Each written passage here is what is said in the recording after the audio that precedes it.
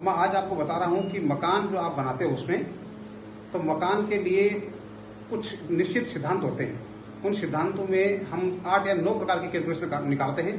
पहला होता है आय, जैसे दौजाय, सिंहाय, गजाय, वृषभाय, पुष्टराय, काका, इस प्रकार की जो 8 आय होती है वो आय में से पहली, तीसरी, 5वीं और 7वीं आय शुभ मानी जाती है एक गृहस्थ के लिए। बिजनेस के पर्पज से बात नहीं कर रहा हूं मैं, गृहस्थ आश्रम वाले जो लोग हैं जो अपने रहने के लिए रेजिडेंशियल मकान बनाते हैं उनके लिए जो है ये 4 प्रकार की आय सर्वोत्तम होती है।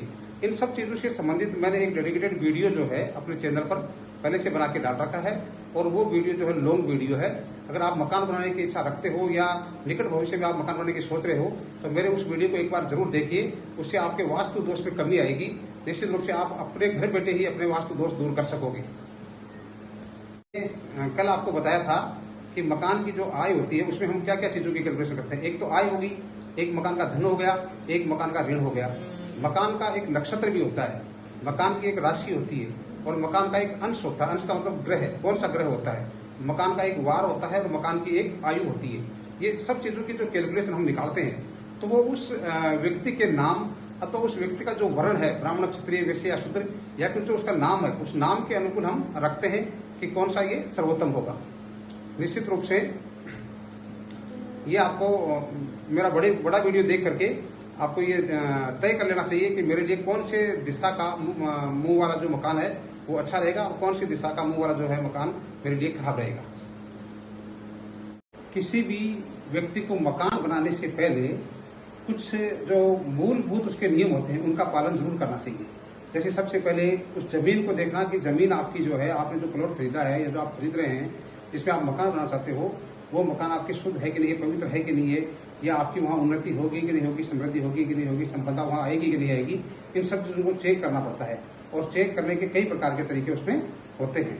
पुराने जो तरीके होते हैं उनमें से 3 तरीके जो है मैं लोगों को अक्सर बताता हूँ, या मैं खुद ज्यादातर साइट्स पर जाता हूँ तो उन्हीं तरीकों को यूज करता हूँ जो पुराने तरीके हैं।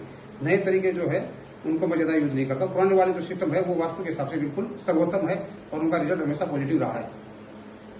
अब जैसे मान लीजिए मैं पिछले वाले वीडियो में इसका जिक्र कर चुका हूं कि आय क्या होती है। तो दौजाय, सिंहाय, गजाय ये जो और वृषभाय, ये चारों आय जो है वो विषम संख्या में होती है।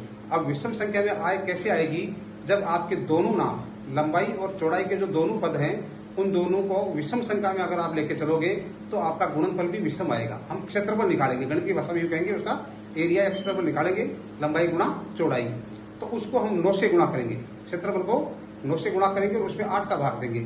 8 का भाग देने के बाद में जितना शेषफल बचता है, जैसे 1 बच रहा है या 3 बच रहा है शेषफल, या फिर 5 बच रहा है या फिर 7 बच रहा है, तो वो जो है वो एक गृहस्थ के लिए या एक रहने का जो मकान हम बना रहे हैं उसके लिए सर्वोत्तम है। यदि आपके वहां शेषफल 2 बच रहा है, 4 बच रहा है, 6 बच रहा है अथवा 8 बच रहा है तो निश्चित रूप से 0 बच रहा है तो भी 8 मान के चलोगे आप, निश्चित रूप से वो आपका रहने का मकान नहीं बन रहा है। भूमि चेक करने का एक तरीका मैं और बता रहा हूं आपको। आपने जो प्लॉट खरीदा है या जो आप प्लॉट खरीद रहे हो उस प्लॉट में आपको क्या करना है, 7 प्रकार के बीज लेने हैं। मौसम के हिसाब से बीज लेने हैं। जैसे मान लीजिए आपने गेहूं ले लिया, सरसों, चना, बाजरा, मूंग, तिल, मोठ, ज्वार, मक्का, कोई भी बीज हो सकते हैं। आपको ये पता तो रहता ही है कि अपने एरिया में कौन से सीजन में कौन से बीज उगते हैं। तो उस प्रकार के 7 प्रकार के बीज लेने हैं और 7 बीजों को आपको जमीन में बो देना है। यदि 3 दिन में वो बीज अंकुरित हो जाते हैं आपके उस प्लॉट में तो आपके लिए भूमि श्रेष्ठ भूमि है। और यदि 3 दिन में अंकुरित होकर के 5 दिन में अगर वो बीज अंकुरित होते हैं तो मानो कि मध्यम फल प्रदान करने वाली है।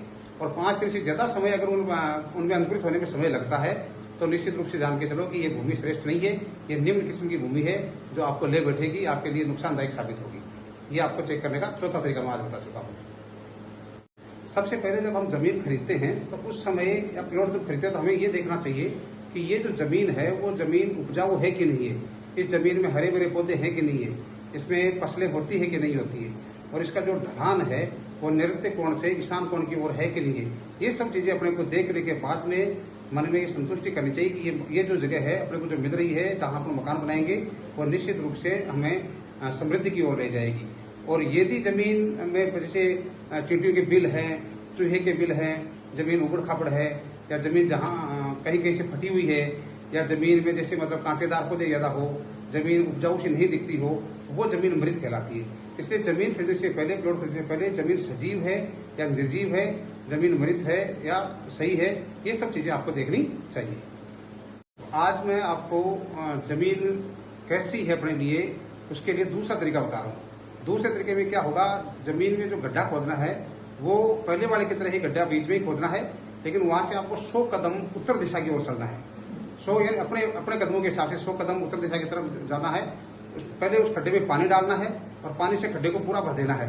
पूरा भरने के बाद में मान लीजिए आपने जैसे 1 मटका डाला है या 2 मटका डाला है, वो भी ठीक है, ऐसी कोई बात नहीं कि पूरा ही भरना है, लेकिन आपको वहां से 100 कदम चलना है और 100 कदम लौट करके वापस जब उस खड्डे की तरफ आओगे तो खड्डे में जितना पानी आपने डाला है उतना ही पानी अगर उसमें नजर आ रहा है तो ये श्रेष्ठ भूमि है, मान के चलिए आप। और यदि उसमें से पानी कुछ कम हो जाता है तो निश्चित रूप से कम हो सकता है, क्योंकि पानी तो सोखेगी जमीन, और जब कम होता है तो आप ये मान के चलो कि ये मध्यम फल वाली है। और यदि आप 100 कदम चल करके वापस आओ और वहां पर आपको उस खड्डे में पानी बिल्कुल भी नहीं मिले, पूरा पानी अगर जमीन सोख जाती है, तो समझ जाना कि ये अधम भूमि है, ये श्रेष्ठ भूमि नहीं है, इसका रिजल्ट नेगेटिव आने वाला है। अब आज जो मैं आपको बता रहा हूँ वो आपके जमीन को चेक करने की तीसरी विधि बता रहा हूँ। जमीन की तीसरी विधि में क्या करना है, खड्डा खोदने का तरीका वही है, कोई दिक्कत नहीं है। 1.5 फीट बाय 1.5 फीट का खोदो या 1 हाथ बाय 1 हाथ का खोदो, लेकिन आजकल हाथ की नाप नहीं दी, इसलिए मैं 1.5 फीट का ही आपको बता रहा हूँ। 1.5 फीट का गड्ढा आप खोदिए, प्लॉट के बीच में गड्ढा खोद लिया आपने, और शाम के समय उस गड्ढे को पूरा पानी से भर दीजिए। दूसरे दिन सुबह जाकर के आप अर्ली इन द मॉर्निंग उठेंगे, सुबह जाकर के जब आप उस प्लॉट में देखोगे उस गड्ढे में अगर उसमें पानी बच रहा है थोड़ा बहुत भी और पानी नजर आ रहा है, तो निश्चित रूप से आपका ये जो जमीन है वो श्रेष्ठ भूमि है, अच्छे फल देने वाली है।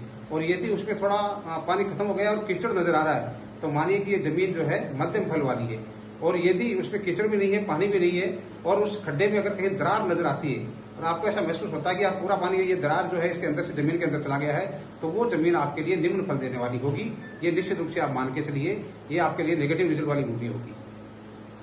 वास्तु के लिए भूमि की जो टेस्टिंग है आदमी के लिए कि ये अपने को इसका पॉजिटिव रिजल्ट मिलेगा या नेगेटिव मिलेगा, इसके लिए मैं आपको आज एक विधि बता रहा हूँ। वो विधि ये है कि सबसे पहले आपको अपनी प्लॉट में या जमीन में जाकर के 1.5 फीट बाय 1.5 फीट का एक गड्ढा खोदना चाहिए, जिसकी लंबाई भी 1.5 फीट हो, चौड़ाई भी 1.5 फीट हो और उसकी गहराई भी 1.5 फीट हो। और उसमें वापस मिट्टी भर के देखना चाहिए, उसी मिट्टी को, जो मिट्टी उस गड्ढे में से निकली है उसी मिट्टी को भर के देखना चाहिए। अगर खड्डा पूरा भर के मिट्टी बच रही है, शेष बच रही है, तो वो आपके लिए बहुत अच्छी है और वो आपको धनधान्य से परिपूर्ण कर देगी।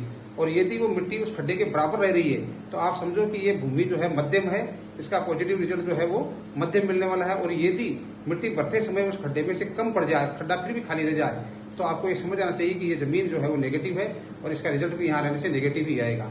अगर आपको सारे देखने हैं तरीके इसके, या इन जमीनों के बारे में, प्लॉटों के बारे में कि कौन सा कैसा अशुभ है या अशुभ है, तो उसके लिए आपको मेरे यूट्यूब चैनल पर लॉन्ग वीडियो देखनी चाहिए। आज मैं आपको जमीन चेक करने का 5वां तरीका बता रहा हूँ। इसमें क्या करना है, जो गड्ढा अपने जमीन के बीच में, प्लॉट के बीच में खोदा है, उसको चारों ओर से लीपना है। जो अपनी चिकनी मिट्टी होती है या गोबर होता है, गोबर और चिकनी मिट्टी मिला करके लीपना है। और उसके अंदर कच्चा एक जो पुरवा होता है, अपना जो दीपक होता है कच्चा, वो दीपक लेना है। उसमें 4 मुंह वाली एक बत्ती रखनी है और घी डालना है उसमें, शाम को उसमें जलाना है। पूरा दीपक भर देना है, बड़ा बड़ा दीपक लेना है। सुबह तक आप जब जाके देखोगे और यदि उसमें पूर्व दिशा की बत्ती जलती हुई दिखे आपको, तो निश्चित रूप से ये जमीन ब्राह्मण जो वर्ण है उसके लिए सर्वोत्तम है। यदि उत्तर दिशा वाली बत्ती उसमें जलती हुई नजर आती है तो आप मानो कि एक क्षत्रिय के लिए अच्छी भूमि है, श्रेष्ठ भूमि है। यदि पश्चिम वाली भूमि आपको जलती हुई नजर आती है सुबह तक, तो ये वैश्य वर्ण के लिए सर्वोत्तम है। और यदि दक्षिण दिशा वाली बत्ती उसमें जलती हुई नजर आती है तो आप मान के चलो एक शूद्र के लिए सर्वोत्तम है। और यदि चारों ही दिशाओं में चारों ही बत्तियां सुबह तक जल रही है तो ये भूमि सभी इंसानों के लिए सर्वश्रेष्ठ भूमि है। अगर ऐसा होता है तो ये शानदार एक योग हो जाएगा आपकी जमीन का।